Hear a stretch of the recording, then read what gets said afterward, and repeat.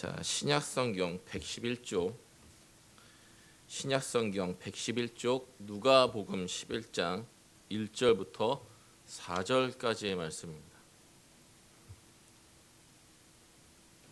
신약성경 111쪽 누가복음 11장 1절부터 4절까지의 말씀입니다.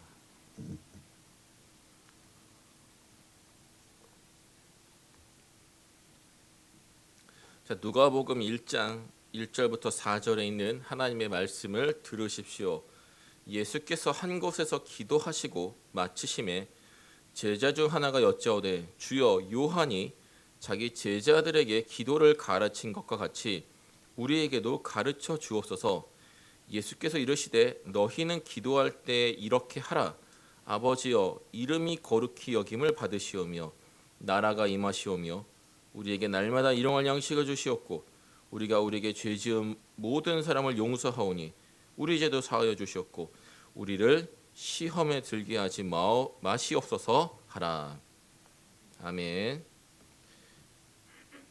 예수께서 한 곳에서 기도하시고 마치심에 제자 중 하나가 여짜오되 주여, 요한이 자기 제자들에게 기도를 가르친 것과 같이 우리에게도 가르쳐 주옵소서. 아멘. 자, 주기도문은 이제 마태복음하고 그리고 이제 누가복음 이 두 복음서에 이제 실려 있죠. 누가복음에 있는 이 주기도문의 내용이 마태복음의 그것보다 조금 더 짧게 기록되어 있긴 하지만 두 주기도문은 뭐 차이가 없습니다. 예, 뭐 마태복음 버전의 주기도문이 있고 누가복음 버전의 주기도문이 있는 것이 아니고 어쨌든 예수님께서 동일한 주기도문을 이제 말씀하신 것이다. 그렇게 생각하시면 되겠습니다. 자, 이 예수님께서 제자들에게 가르쳐 주신 기도, 즉 우리가 하나님에게 어떻게 기도하는 것이 과연 하나님이 받으시는 합당한 기도, 정당한 기도, 올바른 기도인가? 예수님이 이제 주기도문을 통해서 그것을 가르쳐 주신 것이고, 이 주기도문은 하나의 정형화된 기도문이라기보다 우리가 하나님께 드리는 합당한 하나님이 기뻐 받으시는 기도의 내용, 방법, 형식 뭐 이런 것들이 들어가 있다. 우리가 이 주기도문을 이렇게 이해할 수 있습니다. 그래서 이 주기도문은 이 초대교회 때부터 지금까지 전 세계의 모든 성도들에게 매우 특별한 의미를 갖고 있습니다. 하나의 예로 초대교회는 세례를 받은 사람만 주기도문을 사용할 수 있겠습니다. 그러니까 교회의 정의원이 된 사람들만 이 주기도문이 무엇인지를 알 수가 있었다는 것이죠. 자, 오늘날에도 이 주기도문은 한 사람의 그리스도인 됨을 외적으로 판단하는 하나의 기준처럼 여겨지고 있습니다. 교회를 다닌다고 하는데 예수님을 믿는다고 하는데 주기도문을 할 줄 모른다? 말이 안 되죠, 그죠? 유치부도 주기도문은 할 줄 압니다. 유치부 학생들도. 그래서 이 주기도문과 한 사람의 그리스도인됨은 뗄래야 뗄 수 없는 이제 그런 관계인 것 같습니다. 그러니까 우리에게 너무나 친숙한 거죠. 오늘날 이 한국 교회에는 주기도문을 이제 어떻게 인식을 하느냐? 아직 목사 안수를 받지 못한 이제 강도사님들, 전도사님들, 그런 부교 역자들이 인도하는 주일 예배를 그분들이 주일 예배를 인도하잖아요. 정확히는 주일 학교죠. 주일 학교를 인도하고 나서 마칠 때, 그리고 주일 공예배를 마칠 때는 축도를 하는데 또 이제 수요 예배나 금요 철야 기도회 같이 어떤 정규적인 정규 집회이긴 하지만 공예배는 아닌 이제 그런 것들을 끝낼 때 축도를 하긴 좀 그렇다고 그냥 마치기에는 좀 그러니까 주기도문으로서 뭔가 하면 뭔가 이제 그 뭐랄까요, 그 제대로 이제 딱 마친 것 같은 이제 그런 느낌이, 우리가 이제 그런 것들 이제 받게 되죠. 목사님들이 좀 축도를 할 수는 없지만 그래도 그냥 끝내기는 좀 애매할 때 주기도문으로 마치는, 이제 그런 좀 좀 말로 표현하기가 애매하네요. 좀 하여튼 그런 용도로 우리가 주기도문을 많이 사용하고 있습니다. 그래서 이 주기도문에 담긴 이 위대한 기도의 정신은 잊혀지고 단순히 이제 기계적으로 암송되는, 하나의 예배나 그 집회가 끝났음을 알리는 그런 신호, 마지막 의식 절차 정도로 많은 사람들이 주기도문을 생각하고 있습니다. 자, 이러한 비극이 비단 오늘날 한국 교회에서뿐만 아니라 500년 전에 독일 교회에서도 일어났던 것 같습니다. 그래서 여러분들 잘 아시는 종교개혁자 마틴 루터가 주기도문에 대해서 이런 말을 남겼습니다. 역사상 가장 끔찍한 순교자다.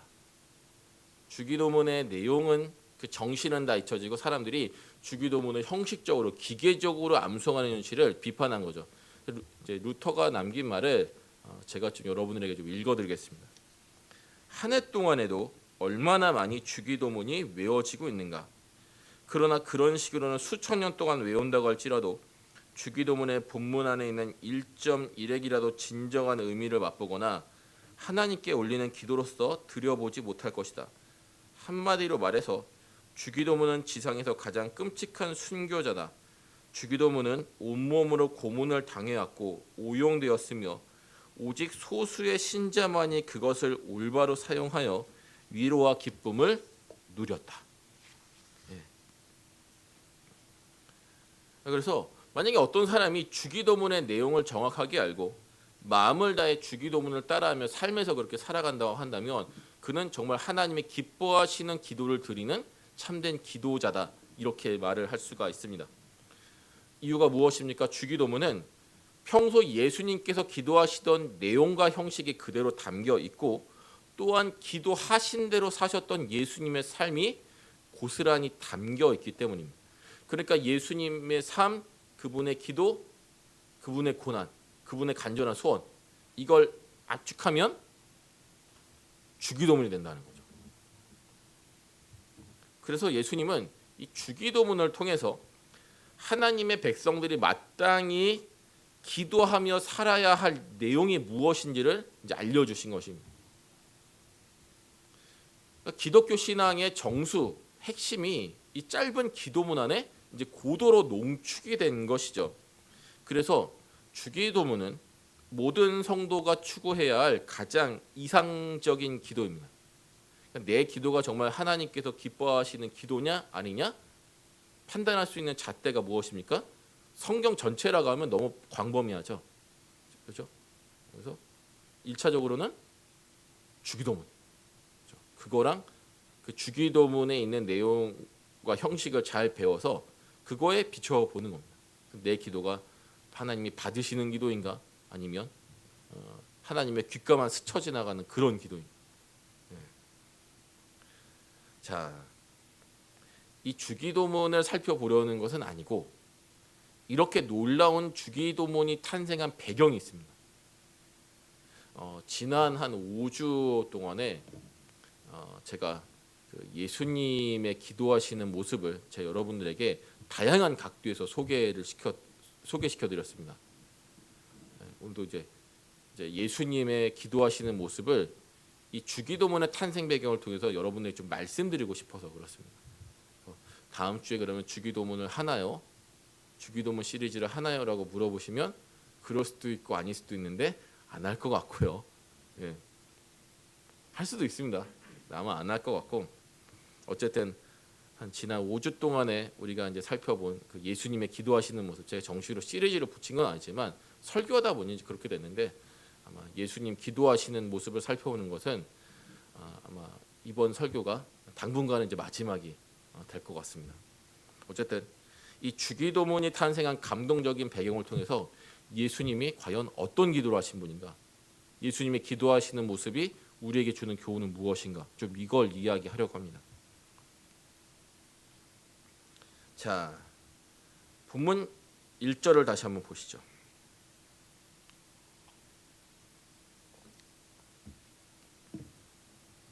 예수께서 한 곳에서 기도하시고 마치심에 제자 중 하나가 여짜오되 주여, 요한이 자기 제자들에게 기도를 가르친 것과 같이 우리에게도 가르쳐 주옵소서.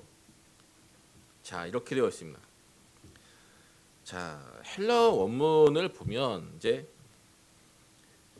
두 가지 사실이 드러나는데, 다시 1절 보시면 예수께서 한 곳에서 기도하시고 마치셨다.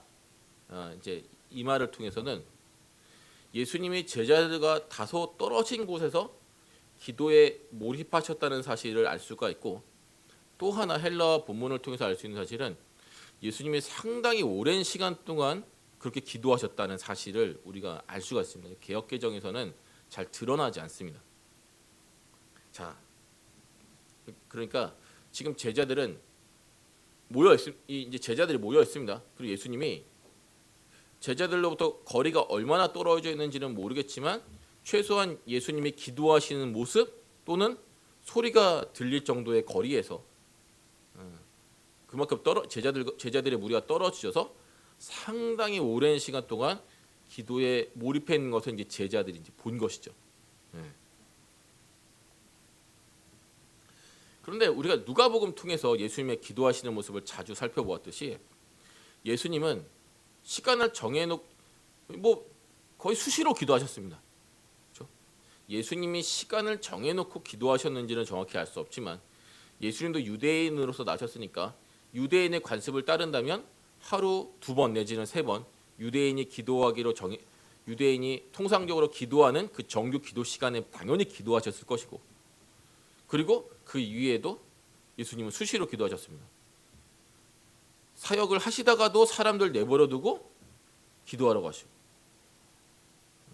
예수님의 하루는 너무나 바빴죠. 많은 병자들을 고쳐주고 귀신 들린 사람 고쳐주고 또죠. 이 사람 저 사람 고민 들어주시면서 천국복음도 여기저기 천국복음도 전하시고, 그런 바쁜 일상 가운데서도 기도해야겠다 싶으시면 기도하시고,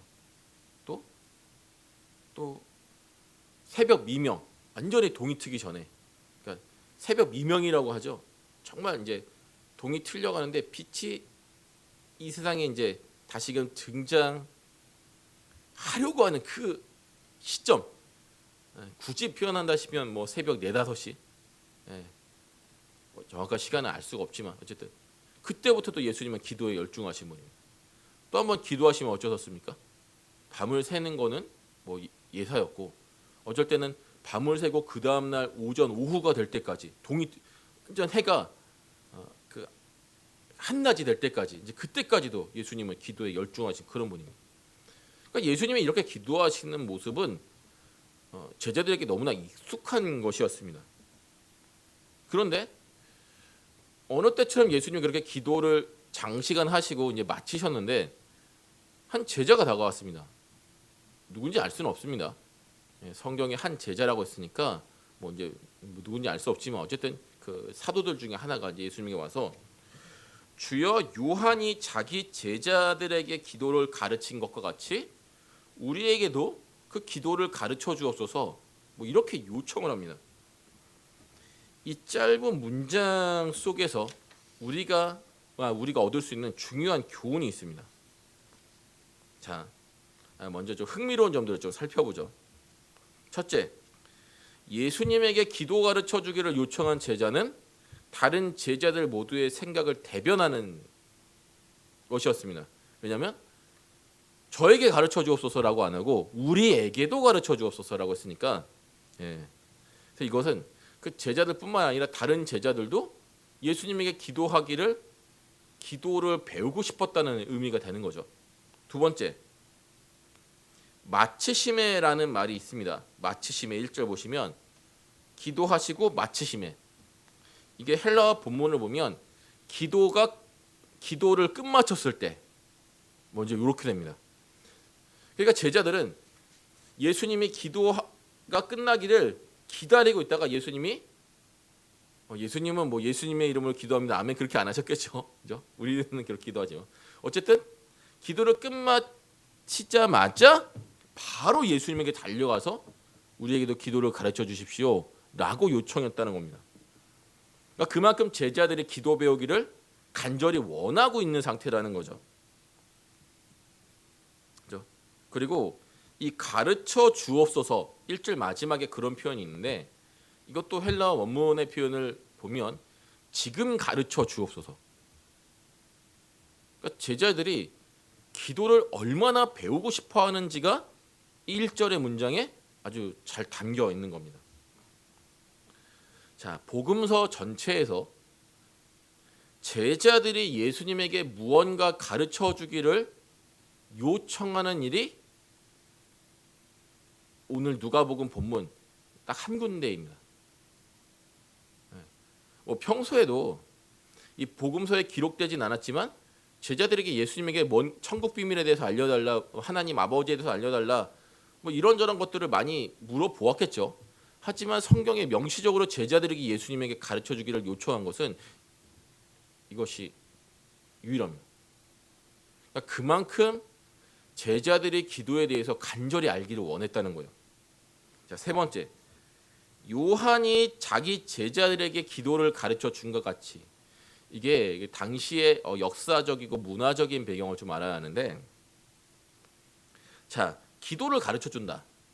오늘날에는 이 말을 어떻게 이해할까요? 오늘 현대의 성도들에게 기도를 가르쳐 준다라는 말을 들려주면 이 현대교회 성도들은 어떻게 이해할까요? 기도에 관한 강의를 들었다. 그렇죠? 뭐 이제 그렇게 이해를 하겠죠. 그게 아니고 당시에 이제 그런 기록들을 보면 유대인들은 정해진 시간마다 제가 기도했다고 말씀드렸잖아요. 근데 그럴 때 몇 가지 그 유대교에서 전통적으로 내려오는 기도문들이 있습니다. 기도문들. 그래서 그 기도문을 사용해서 그들은 즐겨 기도했습니다. 우리가 오늘날 주기도문이라는 정형화된 어떤 기도문을 가지고 기도하듯이 유대인들도 그런 여러 개의 정형화된 기도문을 가지고 있었고 그것을 통해서 기도했습니다. 그리고 유대교 안에 여러 종파들이 있었다는 건 여러분들이 아실 겁니다. 유명한 게 바리새파, 그리고 예수님을 십자가에 못 박는 데에 아주 앞장섰던 유대 종교 지도자들, 예루살렘의 제사장 그룹들이 주로 이제 포함되어 있는 사두개파. 그리고 성경에는 등장하지 않지만 아마 사도 요한이 그곳 출신이었을 것이다라고 여겨지는 뭐 에스네파, 뭐 이제 몇 가지 종파들이 있는데 유대교라고 다 같은 믿음을 가진 것이 아닙니다. 바리새파는 종말에 의인의 부활이 있을 것이라고 믿었고 사두개파는 모세 오경 이외의 다른 성경은 인정하지 않았습니다. 당연히 죽은 자의 부활도 인정하지 않죠. 그래서 각 종파마다 이런 교리적인 차이가 많이 있었는데 그래서 그 종파들은 자기들만의 기도문을 만들어서 사용했습니다. 그 말은 무슨 말입니까? 바리새파가 기도문을 만든다라고 하면 자기네들의 믿음이 압축된 하나의 기도문을 만들었다는 거예요. 사두개파가 기도문을 만들었다 하면 모세 오경만을 성경으로 인정하는 그들의 신앙이 자신들의 기도문 안에 들어가 있었다는 거죠. 자, 세례 요한도 자기 제자들에게 기도를 가르쳐 주었습니다. 이 말은 오늘날처럼 기도의 정의, 기도의 성경적인 용례, 기도에 반드시 들어가야 할 내용, 형식, 뭐 기도의 시간, 뭐 기도하는 구체적인 방법들 이런 것들을 강의했다는 것이 아니라 뭐였다는 거죠? 세례 요한이 이해하고 있는 하나님에 관한 신앙을 세례 요한이 그걸 짧게 기도문으로 만들어서 제자들에게 알려줬다는 거예요. 정형화된 기도문을. 그러니까 한마디로 공적인 기도 형식을 세례 요한은 가르쳐 준 거고, 그리고 어떤 경로로 이걸 예수님의 제자들이 알게 된지 모르겠는데 어쨌든 예수님의 제자들이 그 이야기를 들었고 그러면 우리도 우리만의 기도문이 있어야겠다 라는 생각을 하게 된 겁니다. 그런 차원에서 예수님에게 요한이 자기 제자들에게 기도를 가르쳐 준 것 같이 아니 자기네들만의 신앙 고백이 담긴 기도문을 만든 것 같이 예수님 우리도 예수님이 알고 있는 천국 복음 그것을 기도문으로 만들어서 우리도 그렇게 정형화된 기도문을 가지고 하나님에게 기도할 수 있게 그렇게 기도문을 하나 만들어 주세요 라고 했다는 거예요. 이게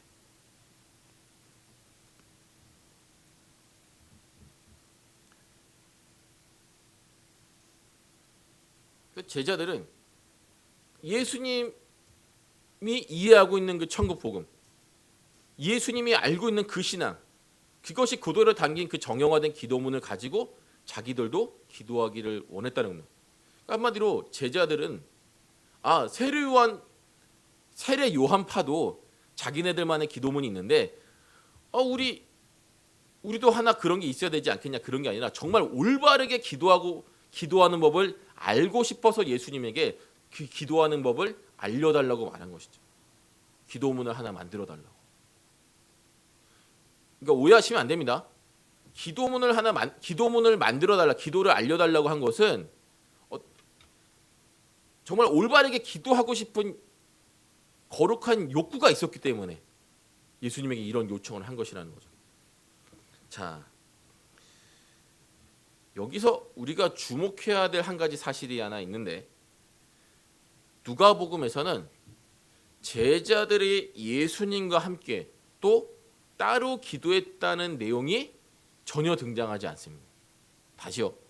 누가복음에서는 더 정확히는 겟세마네 동산에서 예수님이 3명의 제자들을 끌고 같이 기도하러 가시잖아요.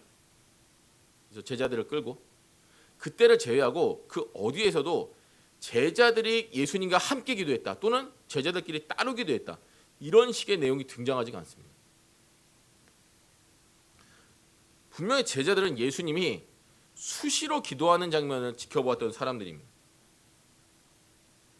그 제자들은 당시에 경건한 유대인들처럼 정해진 시간 보통 2번 내지는 3번이라고 보는데 그때마다 기도하던 사람들이었을 겁니다. 그런 정도의 열심이 없었다면 어떻게 예수님이 모든 것을 다 내버려두고 나를 따라오라고 할 때 그렇게 예수님을 따라갔겠습니까? 그런데 제자들은 예수님만큼 열심히 기도하지 않았죠. 성경에 제자들이 기도했다는 언급이 없는 것은 그들의 기도를 언급할 필요가 없었기 때문입니다. 그러니까 그들의 기도가 그만큼 하나님 앞에서 어떤 가치 있는 것이 아니었다는 거죠.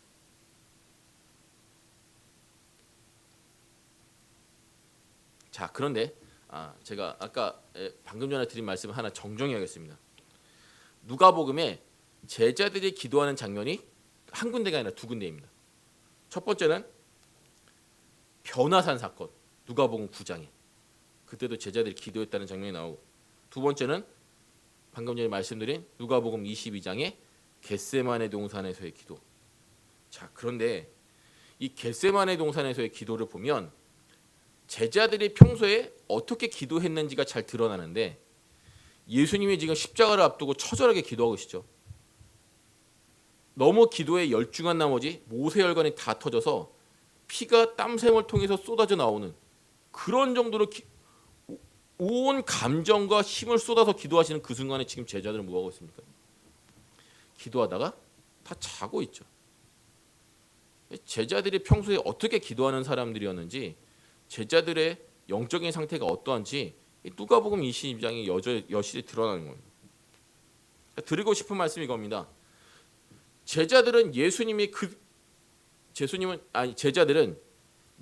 기도 생활을 정말 오랫동안 지켜보았습니다. 그런데도 예수님처럼 기도하지 않았습니다. 그러니까 예수님의 기도하시는 모습을 거의 본받지 않았다라고 하는 겁니다. 아, 우리 예수님 기도 많이 하시지. 머리는 알고 있는데 나도 예수님처럼 기도하고 싶다라는 마음은 들지 않았다는 거예요. 기도하다 자는 거죠. 그런데 이날은 뭔가 달랐던 거예요. 자, 먼저 제자들은 세례 요한이 자기 제자들에게 기도를 가르쳐 준 것을 보고 기도의 필요성을 일단 느꼈습니다. 그런데 또 하나의 사실을 우리가 주목하는 겁니다. 단순히 그것만 있었을까?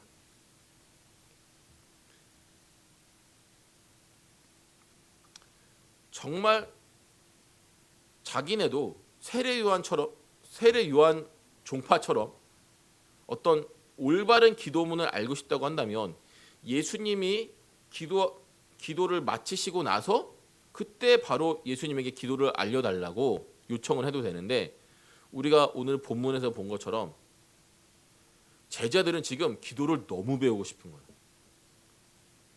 예수님이 기도를 끝마치자마자 달려가서 우리에게도 지금 바로 기도하는 법을 알려달라고, 우리에게도 기도문을 하나 만들어달라고 그렇게 기도하는 것을 보면, 이 제자들이 단순히 세례 요한이 제자들에게 기도를 가르쳐준 것을 단순히 부러워하는 마음에서, 자기도 단순히 기도를 올바르게 하고 싶어하는 마음에서만 그렇게 한 것이 아니라, 그렇게 하고 싶은 것이 아니라, 잘 들어보세요. 제자들이 예수님이 기도하시는 모습을 계속적으로 보았는데 지금까지는 별다른 감동이나 그런 것들이 없었어요. 그런데 이날만큼은 뭔가 달랐던 거죠. 그동안 예수님이 보여주신 이 차원이 다른 기도의 세계, 제자들이 이것을 그토록 간절히 알고 싶어 했던 게 분명합니다. 물론 표면적인 동기는 세례 요한이 제자들에게 기도를 가르쳐 준 거죠. 하지만 그것으로는 제자들의 이런 행동을 설명할 수가 없는 거예요. 여러분들,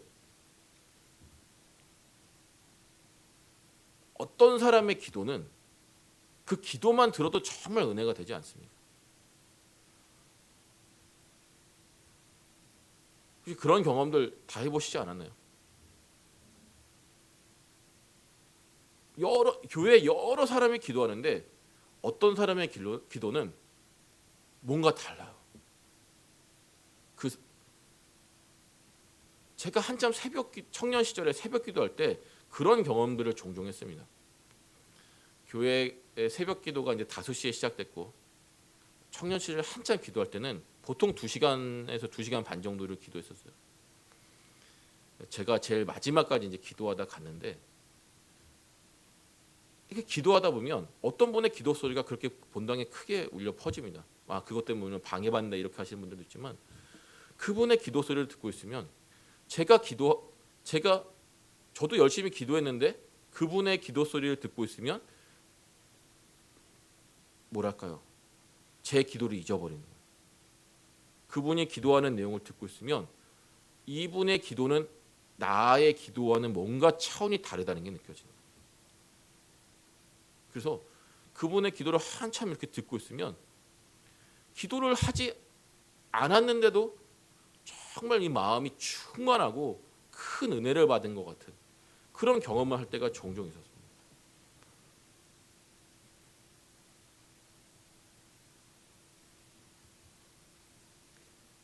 이날 예수님의 기도가 제자들에게 그러한 영적인 감동과 울림으로 다가왔다. 예수님의 기도 얼마나 위대하고 아름다운 기도겠습니까?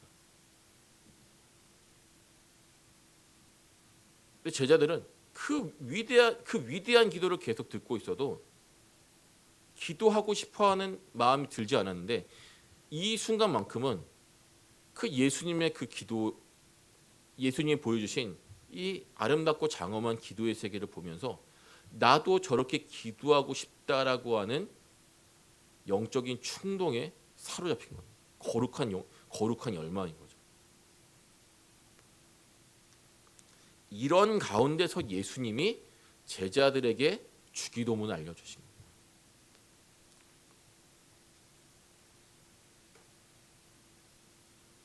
그래서 이 주기도문의 탄생 배경에는 예수님이 보여주신 깊은 기도의 세계로 들어가고 싶다는 그 제자들의 열망과 더불어서 제자들에게 진짜 기도가 무엇인지를 제대로 보여주신 그 예수님의 치열한 기도 생활, 이 두 가지가 결합이 되어 있는 거예요.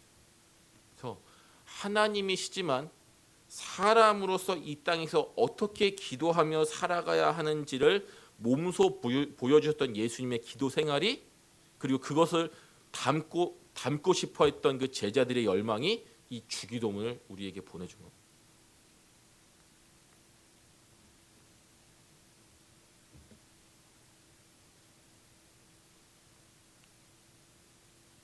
그래서 이 주기도문을 통해서 알 수 있는 것은 여전히 그겁니다. 제가 계속 드렸던 말씀입니다.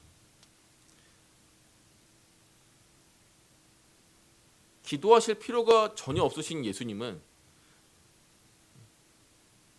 다른 사람들에게 나도 저 사람처럼 기도하고 싶다는 영적인 열망을 불어일으킬 정도로 치열하게 기도하시는데, 온종일 기도해도 부족한 우리들은 그것에 100분의 1, 1000분의 1, 만분의 1도 기도하고 있지 않다는 거죠. 그러니까 우리는 습관처럼 예배를 마치는 의식의 하나로 주기도문을 활용하고 있는데, 그 주기도문의 탄생 배경에는 이런 굉장한 이야기들이 담겨 있어요. 그러니까 여러분들 주기도문을 우리 교회는 뭐 외울 일이 지금 별로 없죠, 그죠? 예. 일단 수요예배가 좀 이제 중단이 된 상태니까. 어쨌든 여러분들이 주기도문을 하실 때마다 거기에는 예수님이 그 제자들에게 그런 거룩한 열망을 불러일으킬 정도로 예수님의 치열한 기도 생활이 그것에 전제되어 있다는 것도 여러분들 생각하셔야 되는 거예요.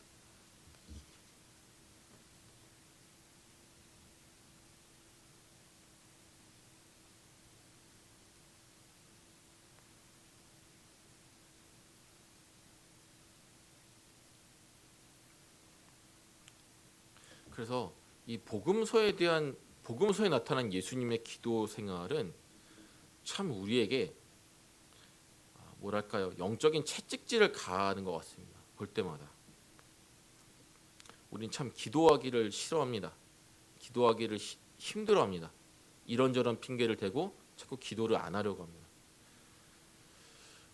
예전에 제가 이제 몇몇 사람들에게 했던 얘기인데, 기도는 정말 우리의 의지가 필요한 영역 중에 하나입니다. 말씀은 수동적인 측면이 있습니다. 듣기 싫어도 말씀이 선포되는 자리에 나와 있으면 듣게 되죠. 듣기 싫어도 어느 정도는 듣게 됩니다. 귀를 닫고 있어도 목사의 설교를 모두 안 들을 수 있는 건 아닙니다.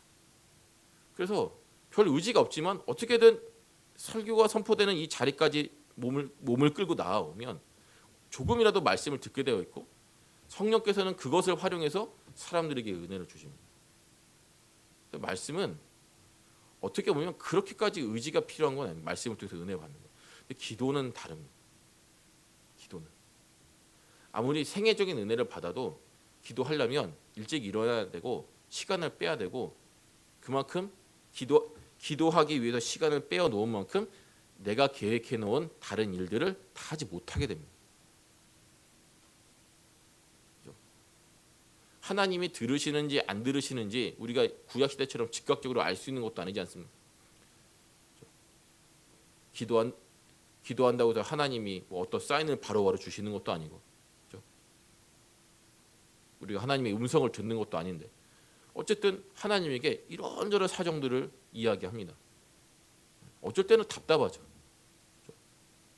그러니까 기도는 어떤 측면에서는 굉장히 고독하고 외로운 싸움이기도 합니다. 그런데 우리는 예수님의 기도하시는 모습을 보면서 우리가 정말 어디까지 기도해야 하는지를 보는 거예요. 그런 이런 기도 생활의 어려움들을 우리가 이겨나가려면 어떻게든 예수님도 이렇게 기도하셨다는 사실들을 우리가 끊임없이 기억하면서 우리 자신을 채찍질하는 수밖에 없습니다.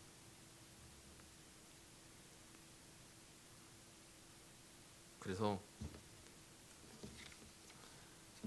저는 뭐 다른 무엇보다 우리가 정말 기도하는 사람들이 되었으면 좋겠습니다.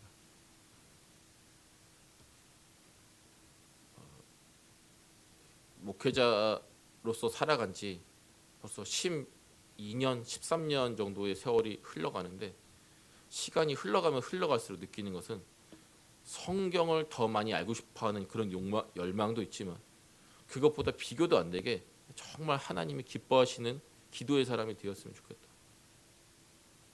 정말 하나님과 깊이 소통하는 사람이 되고 싶다라고 하는 것입니다. 우리가 사도행전을 통해서도 기도가 하나님 나라의 확장과 얼마나 긴밀한 관계에 있는지 우리가 다 이제 보았잖아요. 그래서 정말 여러분들 개인적으로 물론이고 우리 교회가 하나님 앞에서 정말 기도하는 교회가 되었으면 하는 바람입니다. 기도하겠습니다.